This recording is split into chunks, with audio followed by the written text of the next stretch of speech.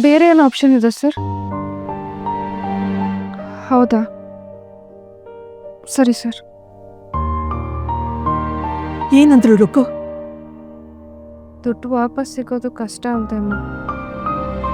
ಈ ಥರ ಕೇಸ್ಗಳಲ್ಲಿ ಕ್ಲಿಯರ್ ಆಗೋದು ಅಷ್ಟು ಸುಲಭ ಅಲ್ಲ ಅಂತ ಹೇಳಿದ್ರು. ರುಕ್ಕು, ಅದೇನೋ ನಂಬರ್ ಟ್ರ್ಯಾಕ್ ಮಾಡೋದು ಅದು ಇದು ಅಂತಾರಲ್ಲ, ಹಾಗೆ ಮಾಡೋಕ್ಕಾಗಲ್ವಾ?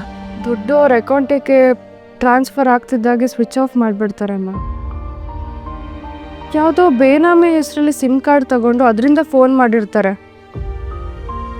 ಅದು ಅವ್ರ ಹತ್ರ ಒಂದು ಸಿಮ್ ಇರಲ್ಲಮ್ಮ, 5-6 ಇರುತ್ತೆ. ಒಂದು ಸಿಮ್ನ ಯೂಸ್ ಮಾಡಿ ಬಿಸಾಕ್ಬಿಡ್ತಾರೆ ಅಷ್ಟೆ.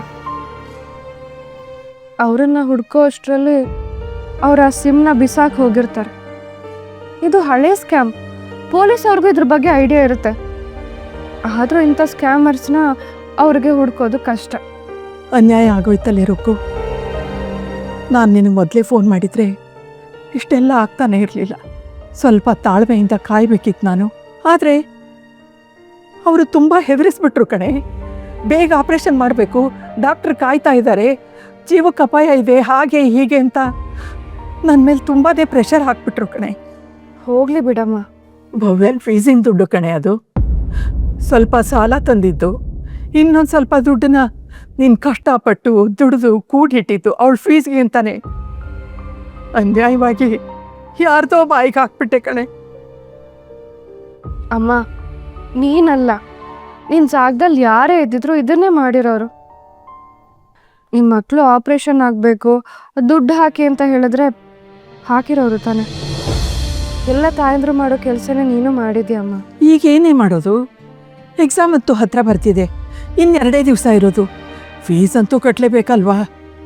ನಾನೇನೋ ವ್ಯವಸ್ಥೆ ಮಾಡ್ತೀನಮ್ಮ, ನೀನು ಆರಾಮಾಗಿರು. ಅಲ್ಲ ರುಕ್ಕು. ಅಮ್ಮ, ಏನೋ ಒಂದು ದಾರಿ ಹುಡುಕ್ತೀನಿ. ಫೀಸ್ನ ಹೇಗಾದರೂ ಮಾಡಿ ಅರೇಂಜ್ ಮಾಡ್ತೀನಿ.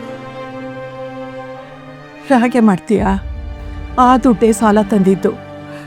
2 ದಿವಸದಲ್ಲಿ 25,000 ಹಂಚೋದು ಅಂದ್ರೇನು ಸುಮ್ಮನೆನಾ? ಎಲ್ಲಿಂದಾನೇ ತರ್ತೀಯಾ?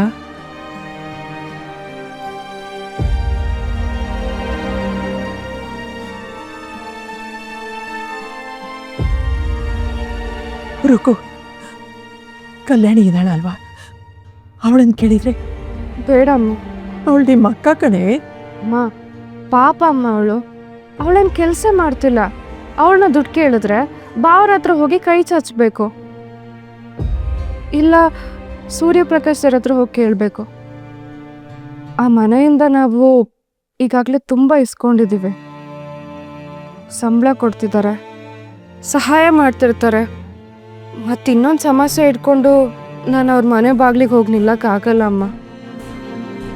ಆಮೇಲೆ ಅವರು ನಮ್ಮ ಬಗ್ಗೆ ಬೇರೆ ಥರ ಯೋಚನೆ ಮಾಡೋ ಸಾಧ್ಯತೆ ಇರುತ್ತೆ. ಬೇಡ ಅಮ್ಮ, ನಾವು ಅವ್ರ ಹತ್ರ ದುಡ್ಡು ಕೇಳೋದು ಬೇಡ. ಮತ್ತೇನೇ ಮಾಡಬೇಕು ಅಂತಿದೀಯಾ? ಒಂದಿನ ಟೈಮ್ ಕೊಡು ಅಮ್ಮ, ಹೇಗೋ ವ್ಯವಸ್ಥೆ ಮಾಡ್ತೀನಿ. ಭವ್ಯನ ಎಕ್ಸಾಮ್ಗೆ ಯಾವ ಸಮಸ್ಯೆನೂ ಆಗಲ್ಲ, ನೀನು ಟೆನ್ಷನ್ ಮಾಡಬೇಡ.